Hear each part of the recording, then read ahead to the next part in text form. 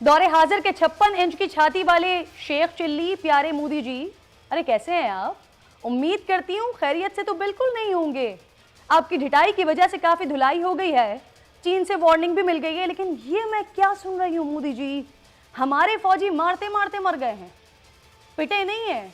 जनता सहमति रखे, हम अमन चाहते हैं। अरे ये कोई और नहीं, हमारे पड़ोसी मुल्क के प्रधानमंत्री नरेंद्र जी मोदी जी बोले मारते मारते मर गए, यानी इतना मारे कि खुद ही मर गए। क्या शर्म से मर गए हैं? ये क्या करते हो मोदी जी? सुसरा पाकिस्तान में आपके चूजे गिरते हैं, पिटते हैं, उन्हें छुड़ाने के लिए यहाँ पांव पकड़ लिए हो, वहां चीन में लाते घुसे पड़ते हैं चूजे छुड़ाने के लिए, उधर घुटने पकड़ लिए हो। काहे को प्रधानमंत्री की कुर्सी पकड़े बैठे टैलेंट को जाया कर रहे हो? मालिशिये काहे को नहीं बन जाते हो? प्रधानमंत्री की कुर्सी पर तो आप भारतीय जनता के साथ केवल दुश्मनी कर रहे हैं। मालिशिये का काम शुरू कीजिए ना, शायद कुछ फायदा पहुंचे आपको। पाकिस्तान ने कहा इंसान बन जाइए ना, आप नहीं माने, आए पिटे, दरख्त गिराए, जहाज गिरा, वही MiG-20। आसमान में, जमीन पर, समंदर में आपके तबक रोशन किए, तब जाकर आपकी तसल्ली हुई। अभी आप इस गम से निकले नहीं कि फिर आपकी तकलीफ धीरे धीरे बढ़ने लगी है। अभी कुछ दिन पहले तो नेपाल ने गोलियों से आपको आराम पहुंचाने की कोशिश की, फिर आप चले चीन से अपनी बेचैनी का इलाज करवाने, वहां भी आपको तसल्ली से खुराक मिली है। मोदी जी आपकी बीमारी ने कई भारतीय माओं की गोदे उजड़वा दी हैं। कश्मीरी माओं की गोदे उजाड़ने पर आपके अपने अहलकार खुदकुशियां कर रहे हैं, चारों तरफ से दुश्मनियां पाल लिए हो मोदी जी। ये जो जानबूझकर इश्तियाल दिलाने की आदत है ना आपकी और आपके चूजों की, इन्हें कहिए जरा धीरज रखिए भैया, वरना चीनी बहुत मारते हैं और हम तो फिल्में बनाने का मौका नहीं देते, डायरेक्ट एक्शन।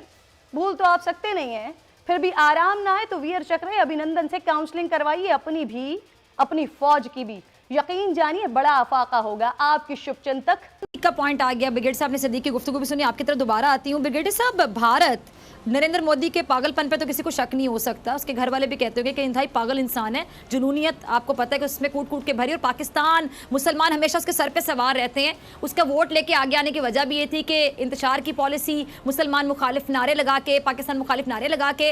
अच्छा मुझे बताइएगा कि आप देखें भारत हर तरफ से हम देख रहे हैं कि अपनी सरहद को खतरे में डाल रहा है, एक जानिब पाकिस्तान, दूसरी जानिब चाइना, तीसरी जानिब नेपाल, और अंदर जो भारत में हालात है वो भी आपके सामने है कि कोई भी माइनॉरिटी वहां पे खुद को सिक्योर या सेफ कंसिडर नहीं करती है। एक अहम सवाल ब्रिगेड साहब, क्या भारत इतना ताकतवर है जो तमाम ममालिक से एक साथ ताल्लुकात खराब कर रहा है, या फिर डिक्टेशन ले रहा है किससे? जरा खुल के बताइएगा।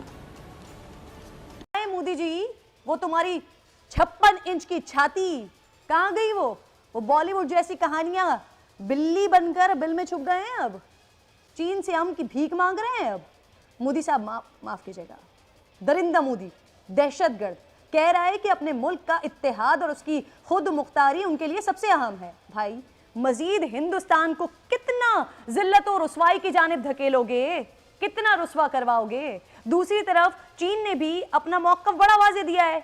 तर्जुमान चीनी वजारत खारजा कह रहे हैं भारतीय फौज ने हमारे सरहदी प्रोटोकॉल की खिलाफवर्जी की है, वाकई की जिम्मेदारी चीन पर नहीं आती है। उन्होंने कहा है कि हम मजीद झड़पें नहीं चाहते, भारतीय फौज इश्तियाल अंगेजी बंद करे। अमेरिका बहादुर भी बीच में कूद पड़ा है। तर्जुमान अमेरिकी वजारत खारजा कहते हैं कि अमेरिका की सूरत हाल पर नजर है, उम्मीद है कि चीन भारत इख्तिलाफात पुरअमन तौर पर हल हो जाएंगे। अमजद शुएब साहब मुझे इस वक्त प्रोग्राम में ज्वाइन कर चुके हैं, मैं आपको खुशामदीद कहूँगी। अमजद साहब, ये जो जानिब से रिएक्शन आया है, एक्सपेक्ट कर रहे थे आप ऐसा? 20 फौजी मारे गए इनके, कई सारे कैदी बन गए हैं, एक गोली नहीं चलाई गई इनसे, इतना खौफजदा है मोदी चीन से? खित्ते का अमन तबाह करने के भारतीय अज़ाइम को चीन ने खाक में मिला दिया। लद्दाख के गुलवान वादी में झड़प में भारत के अफसर समेत 20 फौजी मारे गए। 45 साल में पहली बार भारत को इतना भारी नुकसान उठाना पड़ा। भारत का जंगी जुनून बढ़ता जा रहा है और इसी हवाले से मजीद बात करेंगे। हमें ज्वाइन कर रहे हैं वजीर खारजा शाह महमूद कुरैशी साहब। शाह साहब, बहुत शुक्रिया कि आपने हमें वक्त दिया। शाह साहब, ये कहेगा कि भारत सरहद पर आउट ऑफ कंट्रोल हो रहा है और LAC की मुसलसल खिलाफ वर्जी कर रहा है। भारत के नापाक अज़ाइम खिते का हम काफ़ी ज़्यादा तबाह कर चुके हैं। इस तमाम तर सूरत हाल को, तमाम तर मामले को आप कैसे देखते हैं? हमले की जिम्मेदारी बीएलए ने कबूल की है। कुलभूषण यादव के एतराफात किसी से ढके छुपे नहीं हैं। उसका यह एतराफ कि बीएलए को सपोर्ट करता था इंडिया, तो क्या इस शक व शुबे की कोई गुंजाइश रह जाती है ये जिम्मेदारी कबूल करने के बाद बीएलए की कि इसमें इंडिया मुलविस है? बिल्कुल नहीं, बिल्कुल नहीं, इसलिए कि डोवाल ने 4 साल पहले एक्चुअली